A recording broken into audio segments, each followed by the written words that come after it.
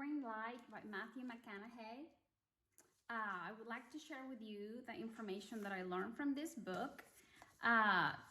He shows his imperfection, and with his imperfection, I had the opportunity to learn about his life, and I had the opportunity to learn techniques that I can apply in my life. So I would love to share with you what I learned from his book.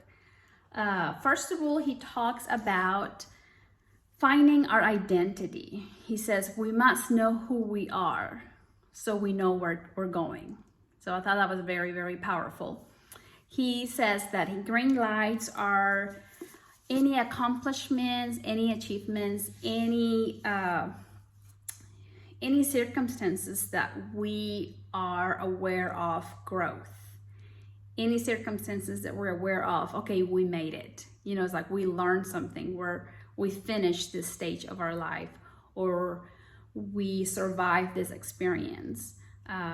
It's like anytime we have like a green light, he said, for us to, okay, we must move on to our next adventure.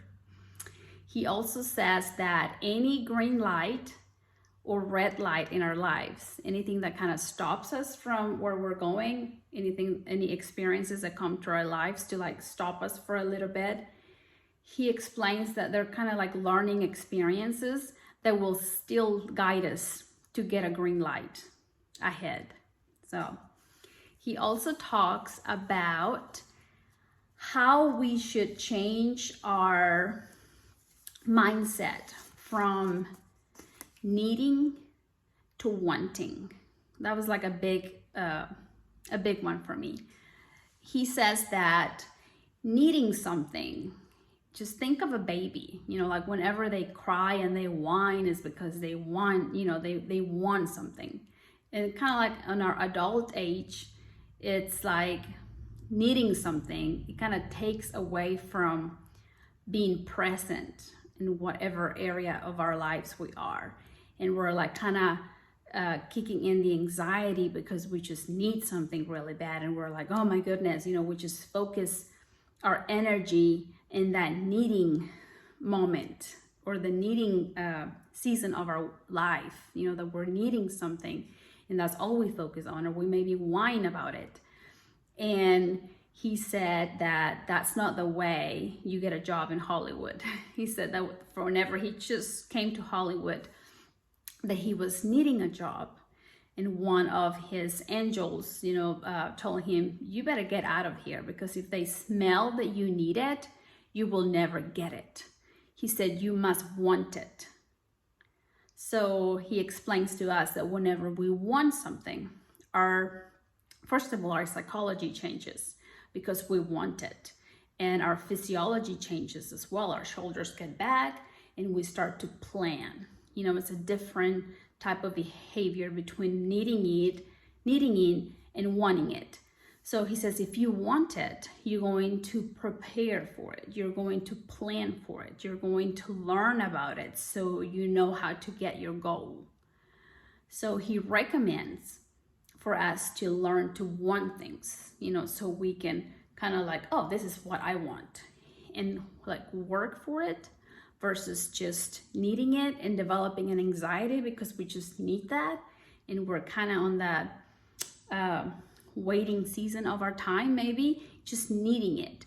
But if you're in wanting season of your life, you know, if you're after something, if you're trying to achieve a goal because that's what you want, you're going to grow, you know, you're going to develop new skills because that's something that you want. Like if you want a raise, or if you want a promotion, you would develop skills, you know, try to plan and develop skills to get where you're wanting. Or if you want to open up your own business, not because you need to, because you know, you might not learn as much as if you want to, because you would have to develop some skills. You would have to learn how to follow those steps. So that's another very interesting technique that I adopted from his book. Like, stop needing, but you know, if you want it, work for it and develop the skills that you need.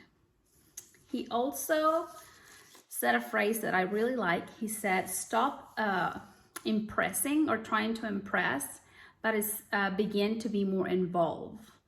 Like, he says, stop trying to impress others, but learn to be more involved.